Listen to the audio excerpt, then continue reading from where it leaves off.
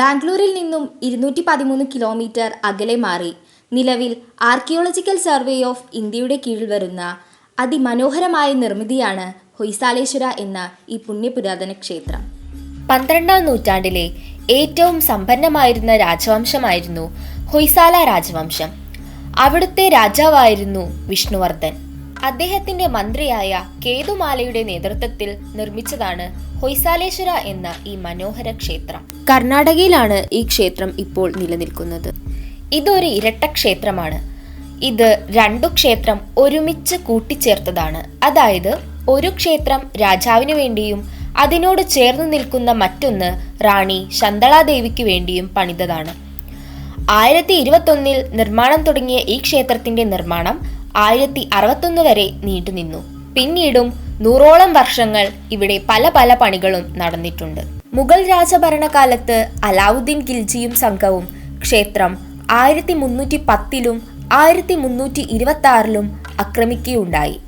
പണ്ടുകാലത്ത് വിലപിടിപ്പുള്ള രത്നങ്ങളും സ്വർണങ്ങളും സൂക്ഷിച്ചു വെച്ചിരുന്നത് ക്ഷേത്രങ്ങളിലെ ശില്പങ്ങൾക്കടിയിലും നിലവറകളിലുമായിരുന്നു.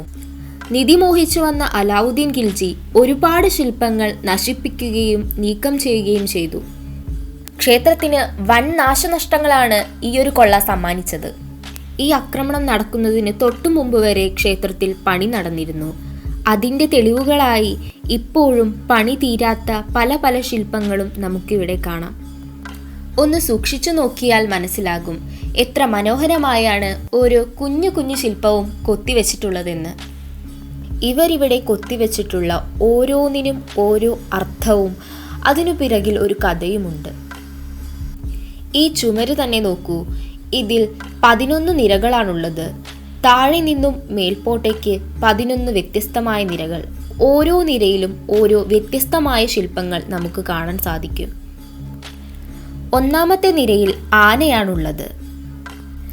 അതിനു പിറകിൽ മറ്റൊരു കാര്യം കൂടിയുണ്ട്. ഈ ശില്പങ്ങൾ നിർമ്മിക്കാനുള്ള സോപ്പ് സ്റ്റോൺ എടുത്തത് കർണാടകയിലെ തുംകൂർ ജില്ലയിൽ നിന്നാണ്. അവിടെ നിന്നും ഇങ്ങോട്ട് കല്ലുകൾ വഹിക്കാൻ ആനകളുടെ സഹായം കൂടിയേ തീരുവായിരുന്നുള്ളൂ.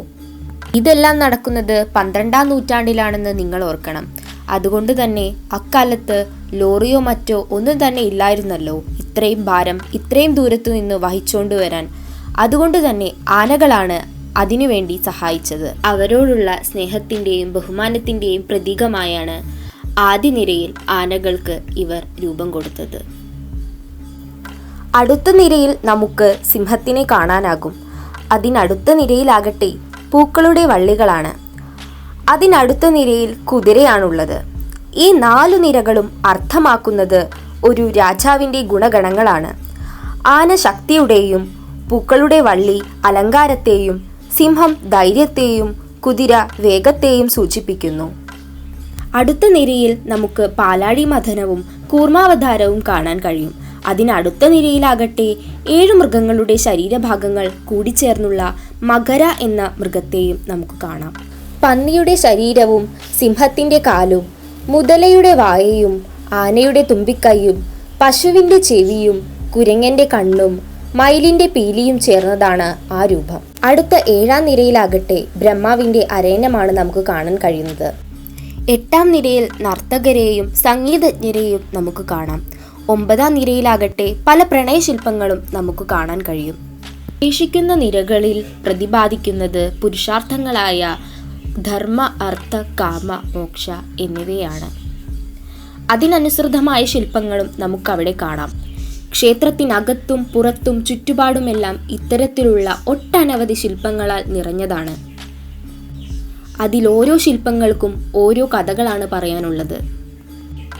ഇതിഹാസ കഥകളും പുരാണ കഥകളും എന്തു മനോഹരമായാണ് ശില്പികൾ ഇവിടെ തീർത്തിരിക്കുന്നത്. ഇത്രയും മനോഹരമായി ശില്പങ്ങൾ തീർക്കാൻ എന്തു തരത്തിലുള്ള ആയുധങ്ങളാണ് അവർ ആ 12ാം നൂറ്റാണ്ടിൽ ഉപയോഗിച്ചിട്ടുണ്ടാവുക? ഇതൊരു ഇരട്ട ശിവക്ഷേത്രമായതിനാൽ ഇവിടെ 2 നന്ദി ശില്പങ്ങളാണുള്ളത്. വളരെ മനോഹരമായ കൊത്തുപണികളാൽ അലങ്കൃതമാണ് 2 ശില്പങ്ങളും. ഇവിടെ 2 ശിവലിംഗങ്ങളാണുള്ളത്. കാരണം ഇതൊരു ഇരട്ട ക്ഷേത്രമാണല്ലോ. അതിൽ ശാന്തളാദേവിക്കായി നിർമ്മിച്ച ശാന്താളേശ്വരിൽ ഒരു അത്യുഗ്രൻ നൃത്തമണ്ഡപവും കാണാം. റാണി ശാന്തളാദേവി ദിവസവും ഇവിടെ നൃത്തം ചെയ്തുകൊണ്ട് ശിവനെ വണങ്ങുമായിരുന്നത്രേ. ഇരട്ടക്ഷേത്രത്തിലെ ഒന്നായ ഈ ക്ഷേത്രം ദേവിക്കു മാത്രമായി പ്രത്യേകം പണിതതാണ്. അതുകൊണ്ട് തന്നെ അവിടെയുള്ള മണ്ഡപത്തിനോട് ചേർന്ന് നിൽക്കുന്ന തൂണുകൾക്ക് മുകളിൽ ശാന്തളാദേവി നൃത്തച്ചുവടുകൾ അരങ്ങേറുന്ന 84 ശില്പങ്ങളും ഉണ്ടായിരുന്നു. എന്നാൽ ഇന്നതിൽ വെറും 14 എണ്ണം മാത്രമേ ബാക്കിയുള്ളൂ. 70 എണ്ണവും ബ്രിട്ടീഷുകാർ എടുത്തോണ്ടുപോയി. ഇപ്പോൾ ആ ശില്പങ്ങളെല്ലാം ലണ്ടനിലെ വിക്ടോറിയ മ്യൂസിയത്തിലാണ് ഉള്ളത്. ശാന്തളാദേവിയുടെ പ്രിയപ്പെട്ട ഈ ക്ഷേത്രത്തിൽ ആകെ മൊത്തം 108 തൂണുകളാണുള്ളത്. പക്ഷേ എല്ലാ തൂണുകളും ഒന്നിനൊന്ന് വ്യത്യസ്തമാണ്. ശിവൻ നടരാജനാണല്ലോ, 108 രീതിയിൽ അദ്ദേഹം നാട്യമാടും. അതിനെയാണ് ഈ 108 വ്യത്യസ്ത തൂണുകളും സൂചിപ്പിക്കുന്നത്.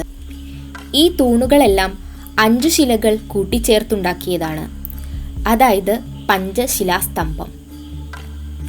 എന്നാൽ ആ ശിലകൾ കൂട്ടിച്ചേർക്കാനായി ഇവർ സിമന്റ് ഉപയോഗിച്ചിട്ടില്ല, മറിച്ച് ഇന്റർലോക്കിംഗ് സിസ്റ്റമാണ് അവർ ഇതിനായി ഉപയോഗിച്ചിട്ടുള്ളത്. ഒന്ന് ആലോചിച്ചു നോക്കിക്കേ, 12-ാം നൂറ്റാണ്ടിൽ ഇവർ ഇത്രയും ഗംഭീരമായി ഒരു യന്ത്രത്തിൻ്റെയും സഹായമില്ലാതെ ഇത്രയും മനോഹരമായി പണിത ശില്പികൾ എത്ര കേമന്മാരായിരിക്കും. അതോ ഇനി അക്കാലത്ത് വല്ല യന്ത്രങ്ങളും നിലനിന്നിരുന്നോ?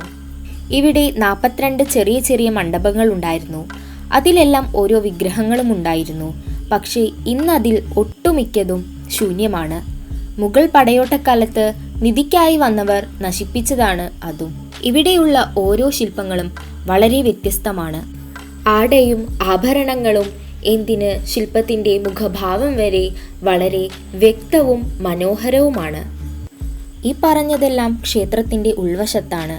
ഉൾവശത്തേക്കാൾ ഗംഭീരമാണ് പുറംവശം. രാമായണവും മഹാഭാരതവും ഈ ശില്പങ്ങളിലൂടെ നമുക്ക് വായിച്ചെടുക്കാം. രാമായണത്തിലെ ബാലി നിഗ്രഹവും പിന്നെ രാവണൻ കൈലാസ പർവ്വതം എടുത്തുയർത്തിയ കഥയും ഇവിടെ ശില്പരൂപേണ നമുക്ക് കാണാൻ സാധിക്കും. ഇതിനപ്പുറം ആ ഇതിഹാസ കാവ്യം മുഴുവനായി നമുക്കിവിടെ ശില്പങ്ങളിലൂടെ നോക്കിക്കാണാം. മഹാഭാരത കഥകൾക്കും ഇവിടെ ഒട്ടും ക്ഷാമമില്ല. ചക്രവ്യൂഹത്തിൽ അകപ്പെട്ട അഭിമന്യുവിൻ്റെ കഥയാണ് ഇവിടെ നമുക്ക് കാണാൻ കഴിയുന്നത്. ഇതിനു പുറമെ ത്രിമൂർത്തികളുടെ ശില്പങ്ങളും ശിവപാർവതി ശില്പങ്ങളും ഇവിടെ കാണാം. മഹാവിഷ്ണുവിൻ്റെ ദശാവതാര കഥകളും ഹരിഹര കഥകളും നമുക്കിവിടെ ശില്പരൂപത്തിൽ കാണുവാനാകും. ഇതുമാത്രമല്ല, ദേവി മഹാത്മ്യ കഥകളും ശില്പരൂപത്തിൽ നമുക്കിവിടെ നിന്നും വായിച്ചെടുക്കാനാകും. മഹിഷാസുരമർദ്ദനമാണ് ഈ കാണുന്നത്. ഇവിടെ 242 ദേവീ ശില്പങ്ങളാണുള്ളത്. ആ 242 ശില്പങ്ങളിലും വ്യത്യസ്തമായ രീതിയിലാണ് മുടി കെട്ടിവെച്ചിരിക്കുന്നത്. 12-ാം നൂറ്റാണ്ടിലെ സൗന്ദര്യ സങ്കല്പങ്ങൾ ഇതിൽ നിന്നും വളരെ വ്യക്തമാണ്. ഈ ക്ഷേത്രത്തിന് ഏകദേശം ഒരു നക്ഷത്രത്തിൻ്റെ ആകൃതിയാണ്. 64 മൂലകളാണ് ഈ ക്ഷേത്രത്തിനുള്ളത്. ഈ ശില്പം ഒരു നിയമപാലകൻ്റേതാണ്. ശ്രദ്ധിച്ചു നോക്കിയാൽ ശില്പത്തിനൊരു കോട്ടുള്ളതുപോലെ കാണാൻ കഴിയും. 12-ാം നൂറ്റാണ്ടിൽ ഭാരതത്തിൽ കോട്ടുകൾ ഉപയോഗിച്ചിരുന്നു എന്നതിന് ഒരു തെളിവാണ് ഇത്. ഗലീലിയോ ടെലസ്കോപ്പ് കണ്ടുപിടിച്ചത് 17-ാം നൂറ്റാണ്ടിലാണെങ്കിൽ 12-ാം നൂറ്റാണ്ടിൽ തന്നെ ദൂരദർശിനി പോലുള്ള ഉപകരണങ്ങൾ ഭാരതത്തിൽ ഉപയോഗിച്ചിരുന്നു എന്നതിനൊരു തെളിവാണ് ഇത്. മഹാഭാരതത്തിലെ സഞ്ജയൻ അന്ധനായ ധൃതരാഷ്ട്രർക്ക് യുദ്ധഭൂമി ദൂരെ നിന്നും വീക്ഷിച്ച് വിവരിച്ചു കൊടുക്കുന്നതാണ് ഈ ശില്പത്തിലൂടെ നമുക്ക് കാണാൻ കഴിയുന്നത്. ഇനി ഈ ശില്പത്തെ നോക്കൂ. ഈ ശില്പത്തിൽ ചെറിയ ചെറിയ തലയോട്ടികൾ കാണാം. അതിൽ ചെറിയ ചെറിയ ഒരു കമ്പിന് മാത്രം കടക്കാൻ പാകത്തിലുള്ള ദ്വാരങ്ങളും കാണാം.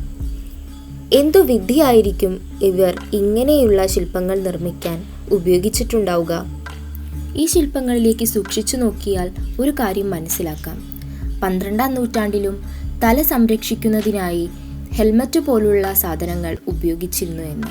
ഒരു പക്ഷേ യുദ്ധങ്ങൾക്കോ മറ്റോ ആയിരിക്കാം അവർ ഇതെല്ലാം ഉപയോഗിച്ചിരിക്കുക. ശാന്തളാദേവിക്കു വേണ്ടി പ്രത്യേകം നിർമ്മിച്ച കുളിക്കരയാണിത്. ഹുളിക്കരൈ എന്നാണ് ഇതറിയപ്പെടുന്നത്. യുനെസ്കോയുടെ പൈതൃക പട്ടികയിൽ ഇടം നേടിയ ഒരു ക്ഷേത്രം കൂടിയാണിത്. വളരെയധികം ആശ്ചര്യത്തോടെ മാത്രമേ ഈ മനോഹര നിർമ്മിതിയെ നോക്കിക്കാണാനാകൂ. ശരിക്കും ഒരു അത്ഭുതം തന്നെയാണിത്.